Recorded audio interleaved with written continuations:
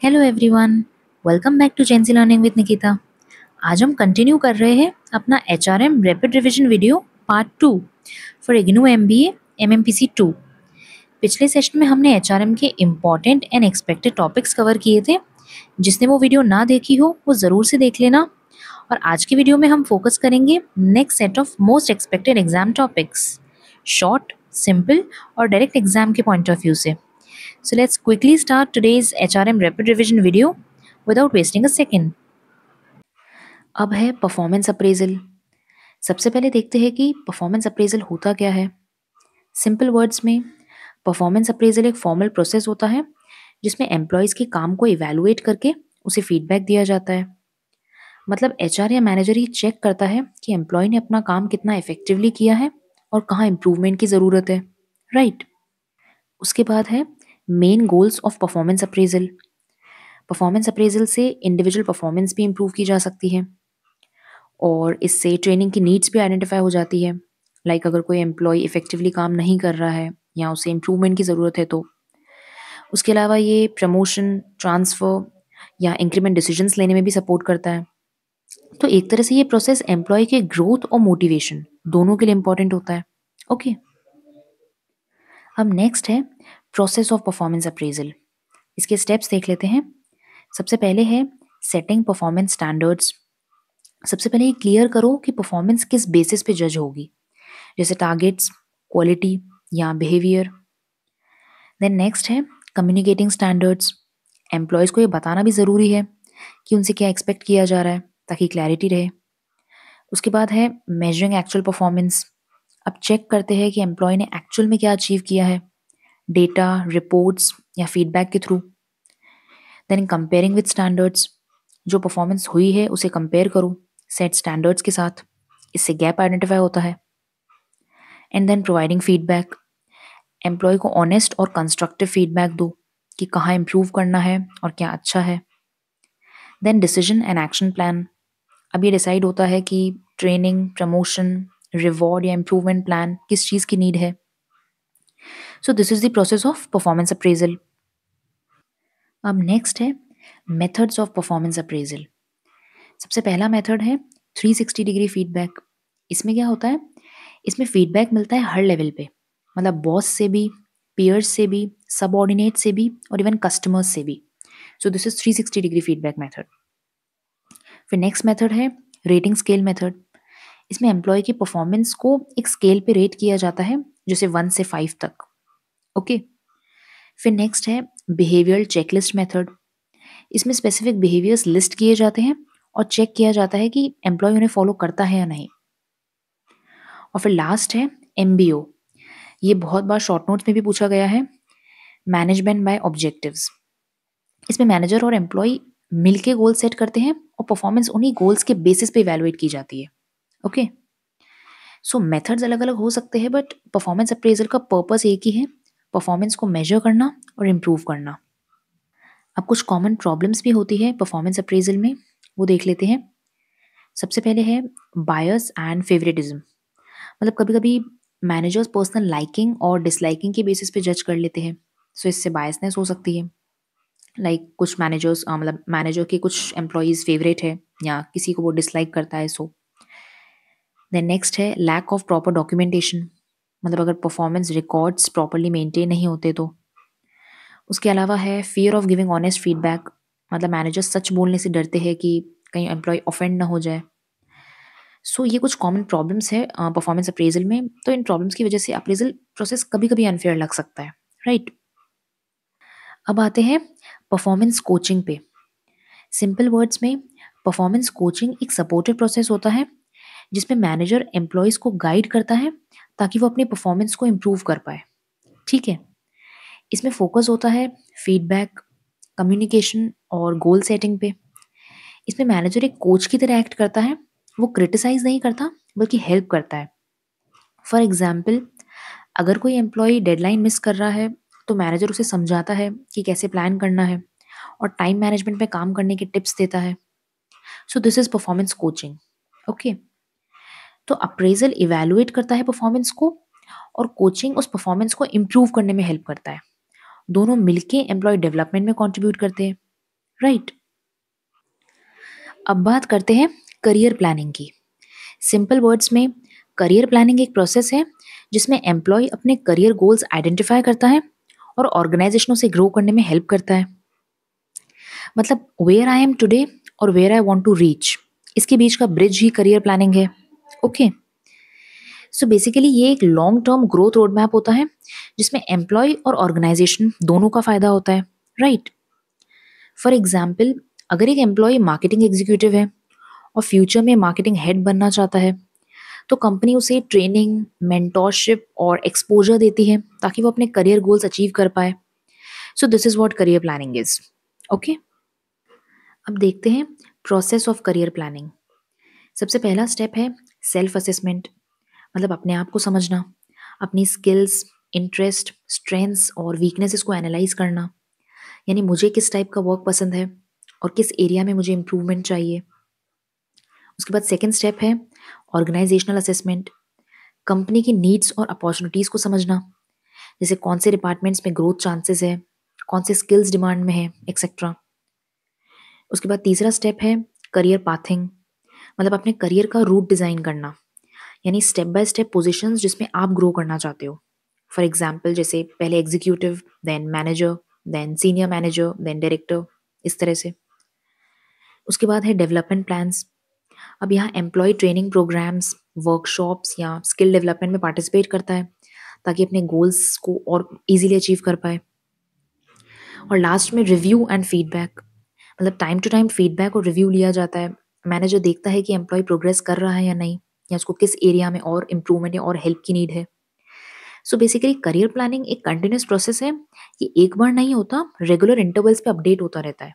Okay, अब बात करते हैं कुछ स्ट्रैटेजीज की जो ऑर्गेनाइजेशंस यूज करती है करियर प्लानिंग को इफेक्टिव बनाने के लिए। सबसे पहले है align employ goals with business strategy, मतलब एम्प्लॉयज के पर्सनल गोल्स कंपनी के ऑब्जेक्टिव्स के साथ मैच होने चाहिए, दोनों एक डायरेक्शन में चले। उसके बाद है स्किल डेवलपमेंट प्रोग्राम्स, मतलब ट्रेनिंग, मेंटोरशिप और वर्कशॉप्स कंडक्ट करना ताकि एम्प्लॉयज अपने करियर के लिए रेडी हो पाए। उसके अलावा ट्रांसपेरेंट प्रमोशनल पॉलिसी, मतलब क्लियर और फेयर सिस्टम होना चाहिए जिससे एम्प्लॉयज को लगे कि उनकी ग्रोथ पॉसिबल है। इससे एम्प्लॉय मोटिवेशन भी बढ़ता है और एम्प्लॉय रिटेंशन भी। सो ये कुछ करियर प्लानिंग स्ट्रैटेजीज है। ओके, अब उसके बाद है सक्सेशन प्लानिंग। सिंपल वर्ड्स में, सक्सेशन प्लानिंग एक ऐसा प्रोसेस है जिसमें ऑर्गेनाइजेशन अपने फ्यूचर लीडर्स आइडेंटिफाई और डेवलप करता है।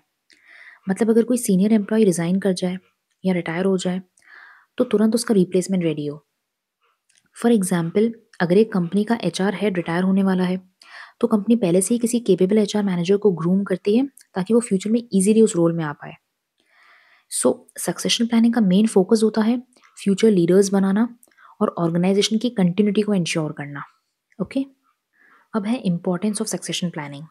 सबसे पहले है कंटिन्यूटी इंश्योर होती है, मतलब अगर कोई की एम्प्लॉय चला जाए तो बिजनेस डिस्टर्ब नहीं होता।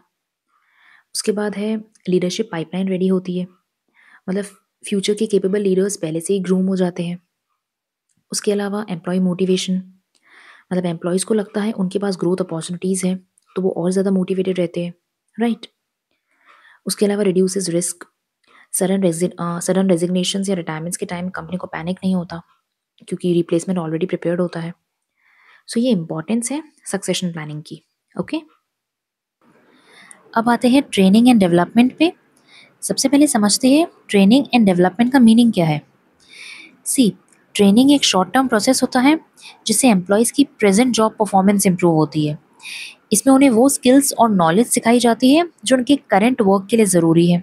ओके, और डेवलपमेंट एक लॉन्ग टर्म प्रोसेस होता है जिसका फोकस होता है फ्यूचर रोल्स और ओवरऑल पर्सनैलिटी ग्रोथ पर। फॉर एग्जाम्पल, अगर एक बैंक अपने स्टाफ को नए सॉफ्टवेयर पे ट्रेन करती है, दैट्स ट्रेनिंग। पर जब वो लीडरशिप और कम्युनिकेशन वर्कशॉप्स कराती है, दैट्स डेवलपमेंट। ओके, अब बात करते हैं प्रोसेस ऑफ ट्रेनिंग, मतलब steps in training process.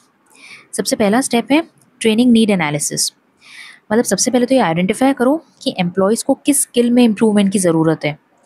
For example, जैसे कस्टमर हैंडलिंग या फिर सॉफ्टवेयर यूज़। उसके बाद सेकेंड स्टेप है डिज़ाइन, मतलब ये डिसाइड करो कि ट्रेनिंग के ऑब्जेक्टिव्स, मेथड्स और कंटेंट क्या होगा, जैसे वर्कशॉप, साइम्युलेशन, लेक्चर्स एक्सेट्रा। उसके बाद आता है इम्प्लीमेंटेशन, मतलब ट्रेनिंग को एक्चुअली कंडक्ट करवाओ थ्रू सेशंस, मेंटोरिंग, कोचिंग या ई लर्निंग मॉड्यूल्स। उसके बाद लास्ट स्टेप है इवैल्यूएशन। फाइनली ये देखते हैं कि ट्रेनिंग इफेक्टिव थी या नहीं, मतलब इससे परफॉर्मेंस इंप्रूव हुई या नहीं। सो ये 4 पॉइंट्स याद रख लो स्टेप्स इन ट्रेनिंग प्रोसेस के। अब एक मॉडल देख लेते हैं इवैल्यूएशन ऑफ ट्रेनिंग का। इवैल्यूएशन का पर्पस सिंपल है, ये चेक करना कि ट्रेनिंग से एक्चुअल रिजल्ट्स आए या नहीं। इसका सबसे पॉपुलर मॉडल है किर्कपैट्रिक्स 4 लेवल मॉडल। इसमें 4 लेवल्स होते हैं, reaction, learning, behaviour and results. Reactions means trainees को ट्रेनिंग कैसी लगी, उनका फीडबैक लेना। उसके बाद है लर्निंग, मतलब उन्होंने क्या सीखा इस ट्रेनिंग से।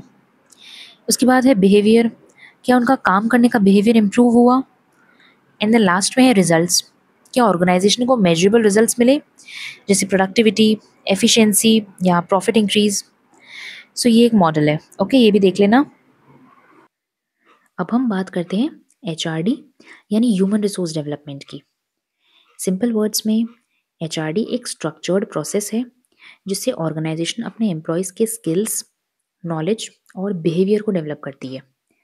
मतलब ट्रेनिंग, लर्निंग और मोटिवेशन के थ्रू एम्प्लॉयज़ को ग्रो करने में हेल्प की जाती है। फॉर एग्जाम्पल, कंपनी अगर कम्युनिकेशन स्किल्स या लीडरशिप पे वर्कशॉप करवा रही है तो वो HRD का पार्ट है। सो HRD का मेन एम होता है इंडिविजुअल और ऑर्गेनाइजेशनल ग्रोथ दोनों को अलाइन करना। ओके, अब देखते हैं HRD की कुछ इंपॉर्टेंट प्रिंसिपल्स। सबसे पहले है कंटिन्यूस लर्निंग। देखो, लर्निंग एक ऑनगोइंग प्रोसेस है, ये सिर्फ एक बार की ट्रेनिंग नहीं होती है बल्कि इससे रेगुलर इंप्रूवमेंट होता है। उसके बाद है गोल अलाइनमेंट, एम्प्लॉय के गोल्स और ऑर्गेनाइजेशन के गोल्स एक डायरेक्शन में होने चाहिए। उसके बाद है पार्टिसिपेशन, मतलब एम्प्लॉयज़ एक्टिवली पार्टिसिपेट करें अपने डेवलपमेंट में, उनका इन्वॉल्वमेंट भी ज़रूरी है। उसके अलावा इंटीग्रेटेड अप्रोच, मतलब ट्रेनिंग, परफॉर्मेंस अप्रेजल और मोटिवेशन, सब HR सिस्टम्स एक दूसरे से कनेक्टेड होने चाहिए। So simply HRD is equals to developing people to develop the organisation, right. अब आते हैं नेक्स्ट टॉपिक पे, कंपेंसेशन एडमिनिस्ट्रेशन। सिंपल टर्म्स में कंपेंसेशन मतलब वो सब कुछ जो एम्प्लॉय को अपने काम के बदले में मिलता है, जैसे सैलरी, इंसेंटिव्स, बेनिफिट्स या रिवॉर्ड्स। ओके, सो ये एक तरह का टोटल रिवॉर्ड सिस्टम होता है जो इंश्योर करता है कि एम्प्लॉयज मोटिवेटेड और सेटिस्फाइड रहे। उसके बाद है principles of compensation. Compensation design करते वक्त कुछ बेसिक प्रिंसिपल्स फॉलो करने ज़रूरी होते हैं। सबसे पहले है फेयरनेस एंड इक्विटी, मतलब सब एम्प्लॉयज़ के लिए पे सिस्टम फेयर होना चाहिए, मतलब अगर सेम लेवल का वर्क है तो सेम पे।